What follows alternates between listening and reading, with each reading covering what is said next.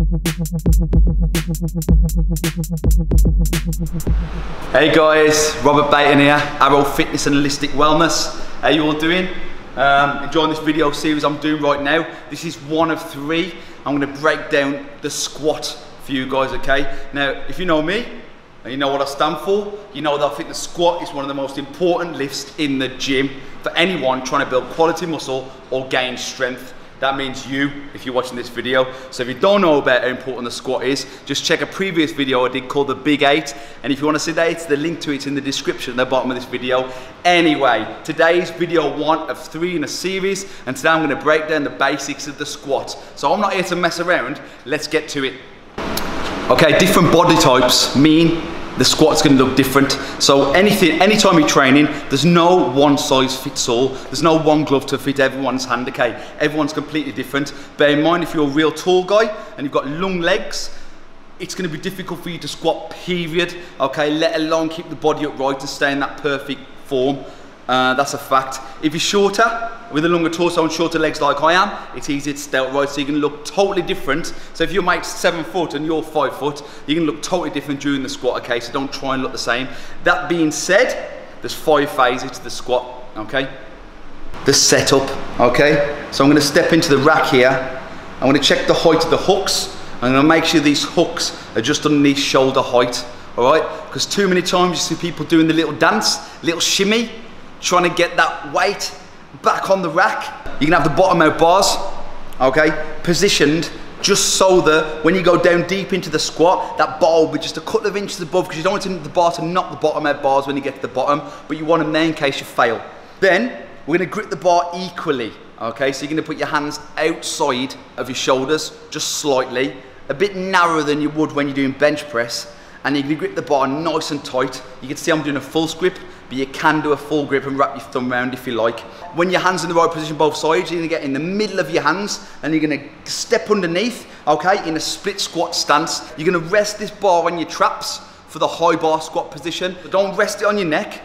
You're going to rest it on the traps, that little ridge there on the traps, leaning slightly forward at the top so you can catch the bar. Stick your chest out, and then we go into the second phase. The second phase is the unrack. Okay, so you're going to unwrap the bar, straightening the legs. For the split squat stance, you're going to take one big step back. Now this is the time when you adjust your feet, so they're level, all right? And you want your feet under your shoulders, or maybe just outside, okay? Now, like I said before, there's no one size fits all. Everyone's anatomically different. I'm talking generically here, okay?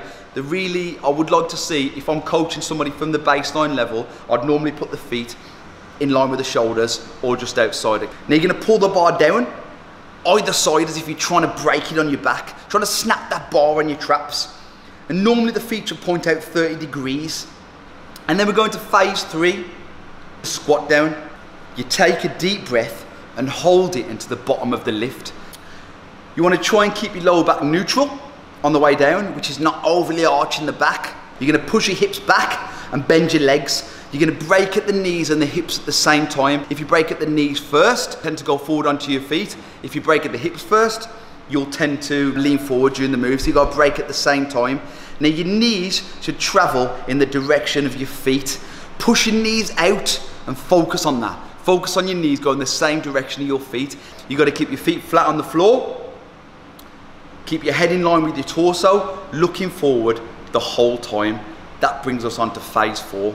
Phase 4 is the hole. That's the bottom of the squat, okay? So you squat down until your hips are below your knees. This brings you into phase 5, which is the squat up, okay? Phase 5, this is where you, as soon as you start ascending, you breathe out all the way up, okay? Not the bottom of the lift, all the way up, okay? You go back up the same way as you came down, straighten your hips, knees in line with the feet, core engaged. You push through your heels, but keeping your feet flat, and the bar should move in a vertical line over your midfoot.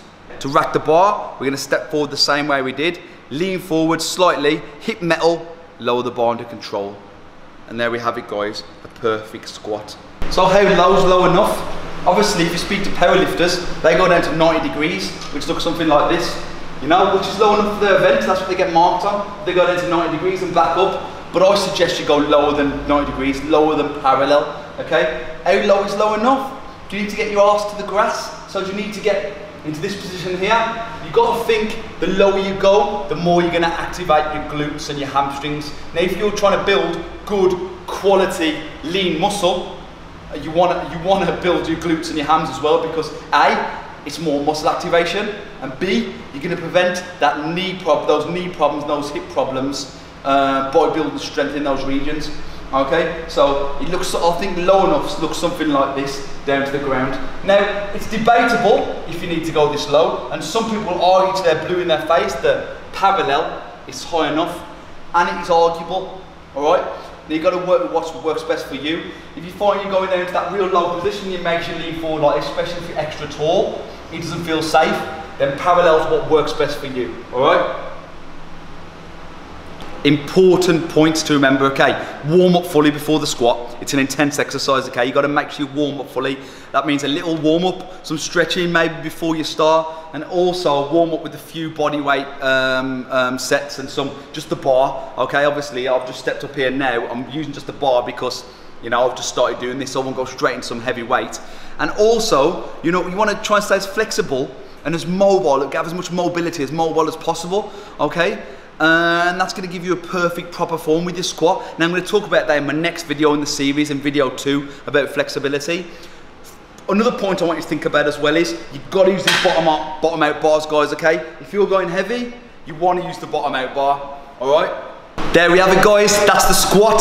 Check me out at arrowwellness.com, Arrow Fitness and Holistic Wellness. Don't forget to like the video, subscribe to the page, and also look out summer 2018. The Arrow Fitness Complete Health System is coming your way. Arrowwellness.com. I'm Robert Baton. Get squatting, man.